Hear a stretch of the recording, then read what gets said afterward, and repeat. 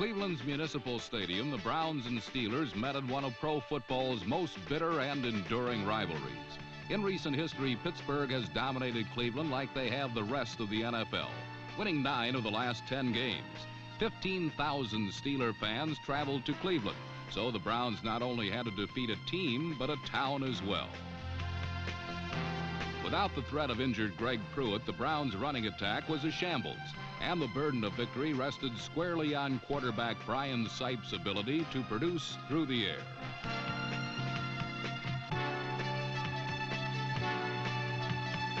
On the other hand, Terry Bradshaw has been without an effective ground game all season. His scenario usually reads like this: sacked, injured, replaced, returns to lead team to last-minute victory. With the Cardinals' victory over the Houston Oilers, the game assumed added importance, for the winner in this game would take command of first place in the AFC Central Division.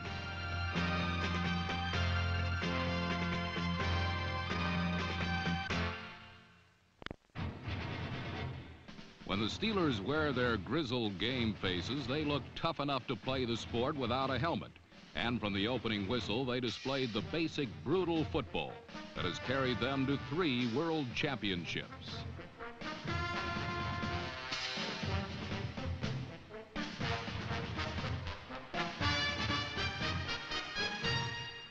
With a 3rd and 1 from the Browns' 7, Terry Bradshaw connected with number 89, tight end Benny Cunningham, for the game's initial score.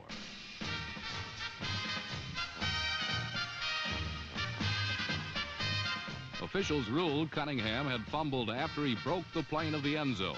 It was the first volley fired in a bombardment that resulted in an incredible 12 touchdowns by both teams. The Browns played a double zone, which placed 2 men on the Steelers' wide receivers. This strategy opened up things for Pittsburgh's tight ends and running backs.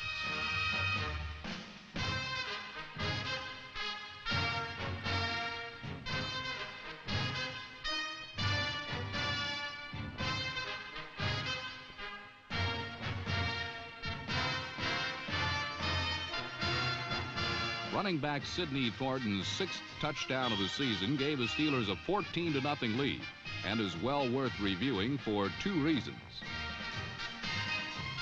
First, Bradshaw enjoyed impeccable protection from his offensive line. Secondly, Thornton, number 38, smartly ran to a vacated area and beat Cleveland's all-pro safety Tom Darden, number 27, to the ball and 6 points.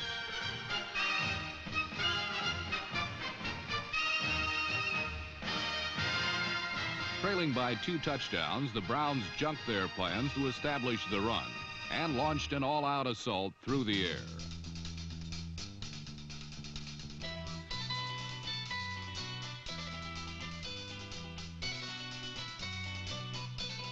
Number 47, Mel Blount, was called for interfering with wide receiver Ricky Feature, number 83. The penalty set up the Browns nicely, but Sipes' pass to Reggie Rucker sailed a fingertip too long.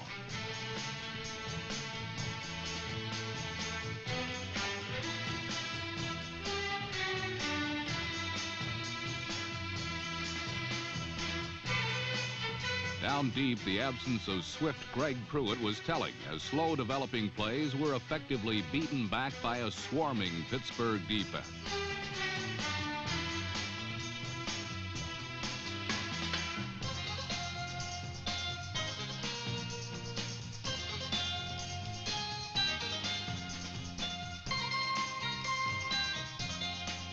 Late in the first quarter, the Browns ended up without their helmets and empty of points, when usually reliable Don Cockroft missed a 23-yard field goal.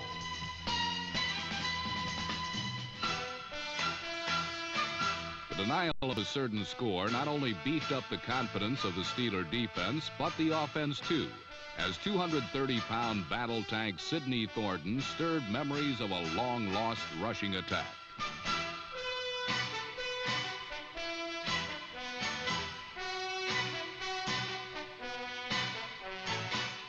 Facing a 3rd and 1 at the Steeler 29, the Cleveland defense massed at the scrimmage line with a goal line defense. A perfectly blocked play provided Franco Harris with a day at the races.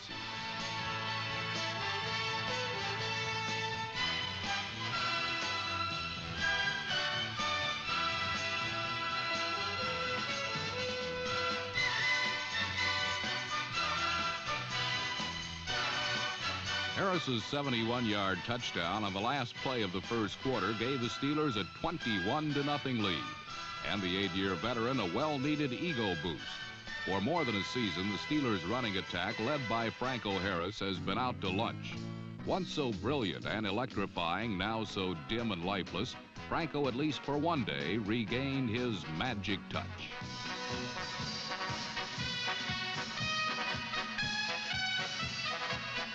Behind by 3 touchdowns, the Browns buried themselves in even a deeper hole.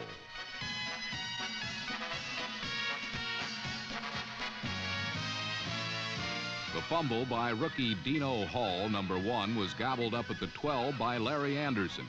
The recovery offered the Steelers another opportunity to add to their landslide of points, and even yielded that rarest of sights, a smile from head coach Chuck Noll.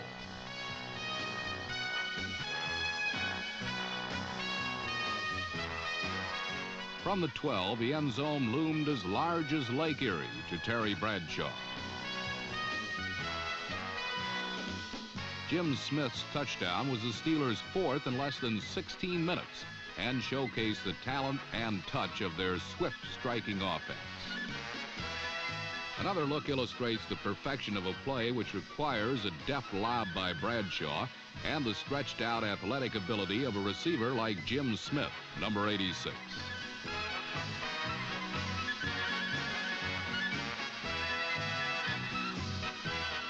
Pittsburgh botched the extra point but led Cleveland 27-0 with 14 minutes remaining in the first half. Finally, the Browns began to move on the hands and feet of running back Mike Pruitt, number 43.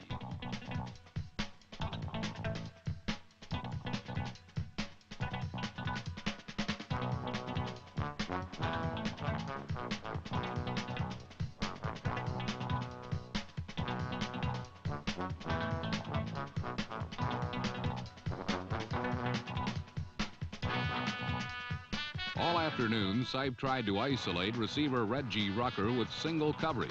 When he did, it was worth 6 points.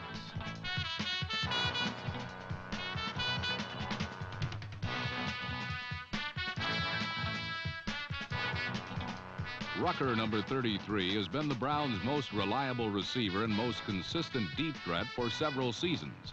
A second angle of the score reveals that Sipe's play-action fake froze Pittsburgh long enough to free Rucker, number 33, on safety Donnie Shell, number 31.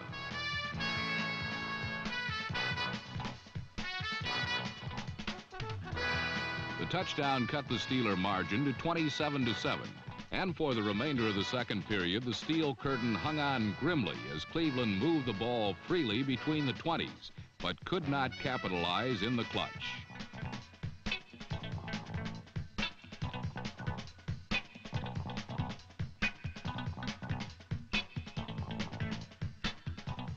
Ozzie Newsome's sparkling reception placed the Browns squarely on the 1-yard line.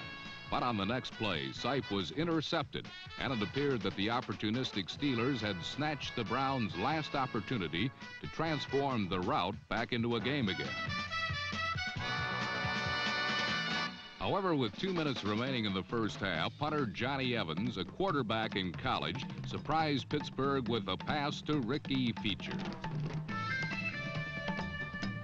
Given one last chance, Sipe riddled the injury-depleted Steeler defense.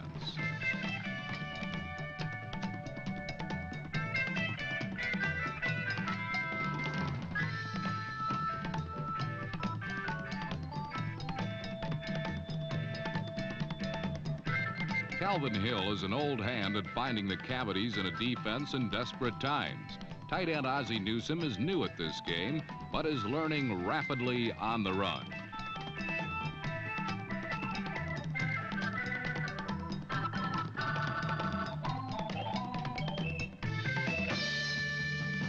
Newsome's touchdown narrowed the lead to 27-14. But with 16 seconds to play in the half, place kicker Matt Barr padded the Steeler advantage with 3 more points.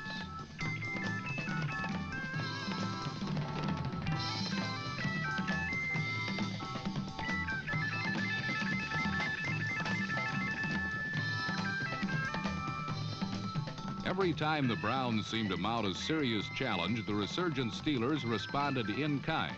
This pattern would extend into a second half that would see 42 more points scored by both teams.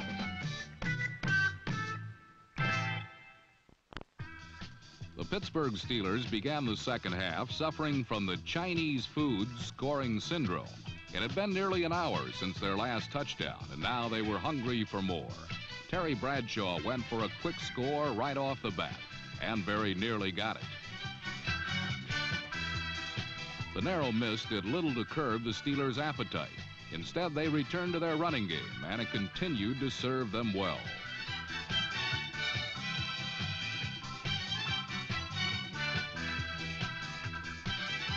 Sid Thornton's long burst was immediately followed by Franco Harris's second touchdown run of the day. 25 yards later, it was Steelers 37, Browns 14. All told, Harris would run for 153 yards in the game, his highest total in nearly 2 seasons. But the sudden score did not dampen the Browns' spirits. Sipe merely reloaded and came out firing, just as he had in the first half.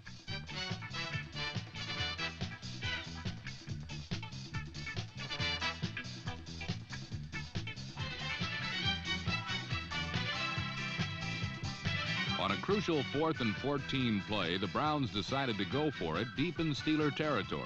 Calvin Hill turned the gamble into a sure thing.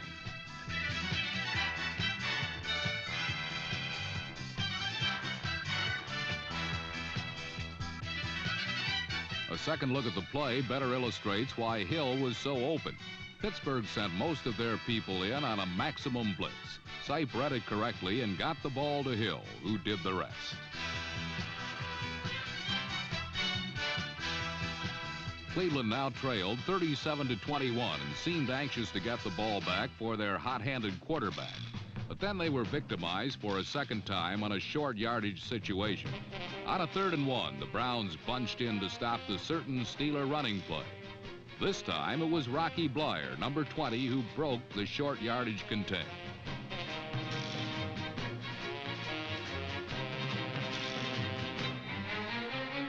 Bleier's 70-yard marathon was easily the longest run of his pro career. For the day, the Steeler backs would pile up over 360 yards, 4 touchdowns, and an 8 yards per carry average. A big chunk came from Bleier, probably the last Steeler runner you would expect to break a long one. Cleveland fortunes continued to nosedive on the next series when Sipe was intercepted by number 23 safety Mike Wagner. This time, the Browns' defense held, and then a new hero emerged, 5'7", 160-pound punt returner Dino Hall. Playing in his first pro game, the smallest man in the NFL came up with a very big play.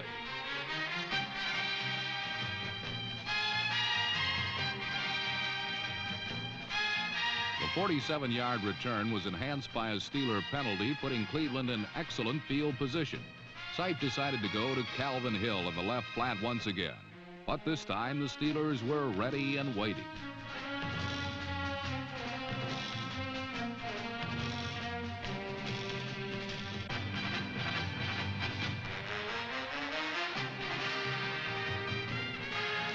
On 4th down, the Browns rolled the dice once again, with Sipe coming back to Hill. But even with no defenders around, Hill could not make the crucial catch for the first down.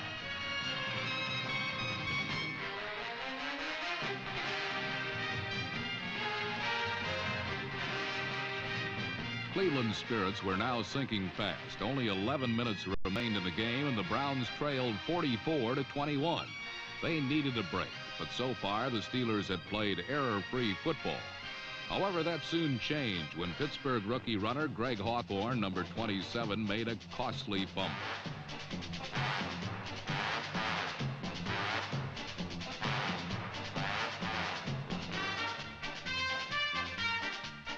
Browns and Sipe wasted no time, going immediately for the score. Number 85, Dave Logan, who had not caught a pass in the first half, broke that spell with a flourish.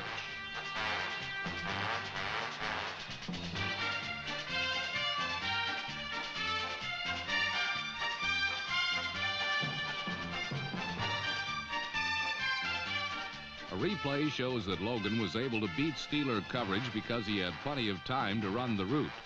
The Cleveland offensive line gave quarterback Sipe near perfect pass protection.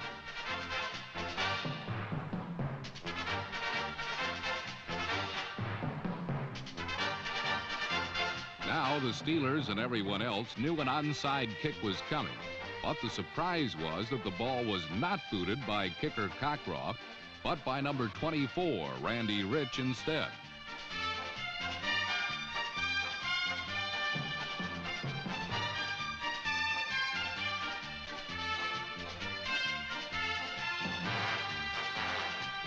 Now suddenly very available for duty, wide receiver Dave Logan began a personal crusade against the Steelers as Sipe went to him on 3 consecutive plays, including Logan's second touchdown catch within a 2-minute span.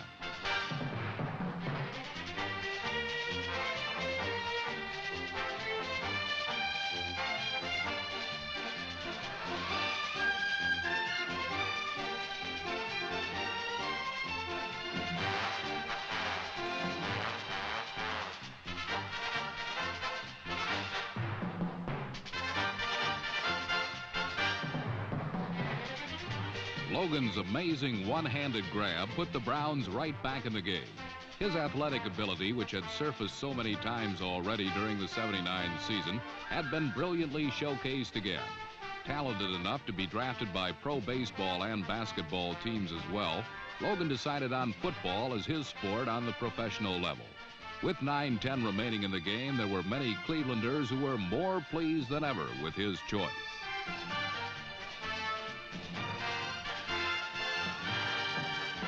The score now is 44-35 Pittsburgh.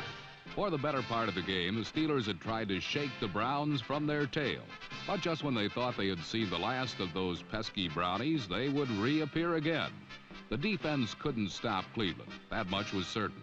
And when Pittsburgh kick returner Larry Anderson, number 30, ran into an aroused gang of Cleveland specialists, it seemed that it wouldn't be long before the Browns would have possession once again.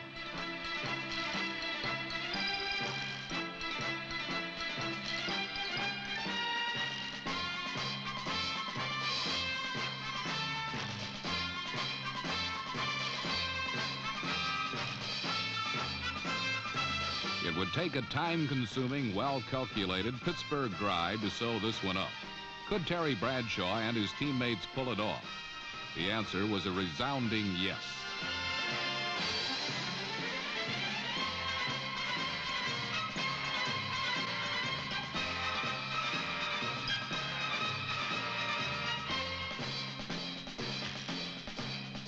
The Steelers froze the ball for over 8 minutes and pounded out 94 tough yards in the process. Bradshaw completed 3 key passes in the drive to bring the Steelers within reach of the Cleveland end zone.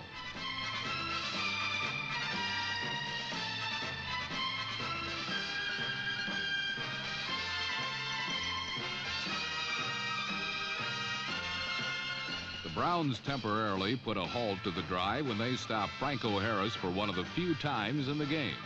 But for all intents and purposes, the time-consuming march had sealed the Browns' doom. When Sid Thornton finally skipped in with his second touchdown of the game, it was pretty much a ceremonial gesture. In a wild one, the Steelers had prevailed 51-35. In all-purpose yards accumulated, the two teams combined for a total of over 1,300 yards gained. When two division rivals play for first place, the hallmark of such a game is usually tight defense. That element was most distinctly absent in this affair, and in the end it was Pittsburgh's ability to hold on to the ball that provided the best defense of the day. The Steelers are now alone at the top of the AFC Central, but these two teams meet again in November in Pittsburgh. When the fans come out for that one, they might want to bring along blanket, thermos, and a high-powered pocket calculator.